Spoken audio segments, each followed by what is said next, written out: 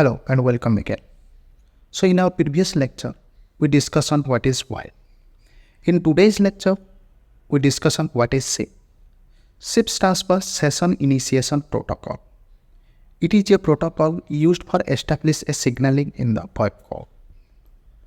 So in our day-to-day life, when we are using our mobile phone or landline phone, it is not usually we just pick the phone and start talking with each other. In order to make the call, we follow some rules and regulations. First, we dial the number. Then some signaling message is going to the other end of the phone. Then this phone is ringing. When the user wants to receive the call, then we start talking with each other.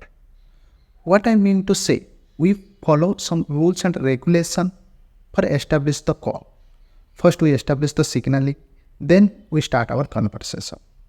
The same is also applicable in VoIP call also. So first we establish the signaling, then we start conversation, then start our conversation.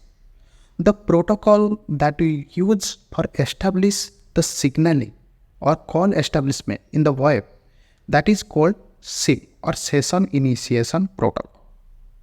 So this is also not only used for establish the call, but also used for terminating the call.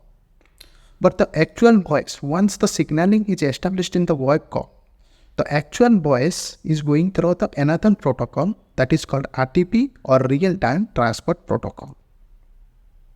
So in summary, we can say SIP is a signaling protocol that is used for call establishment, and RTP is generally used for carrying the real-time media. So that is all about the SIP. I hope you learned something and we will see in the next one.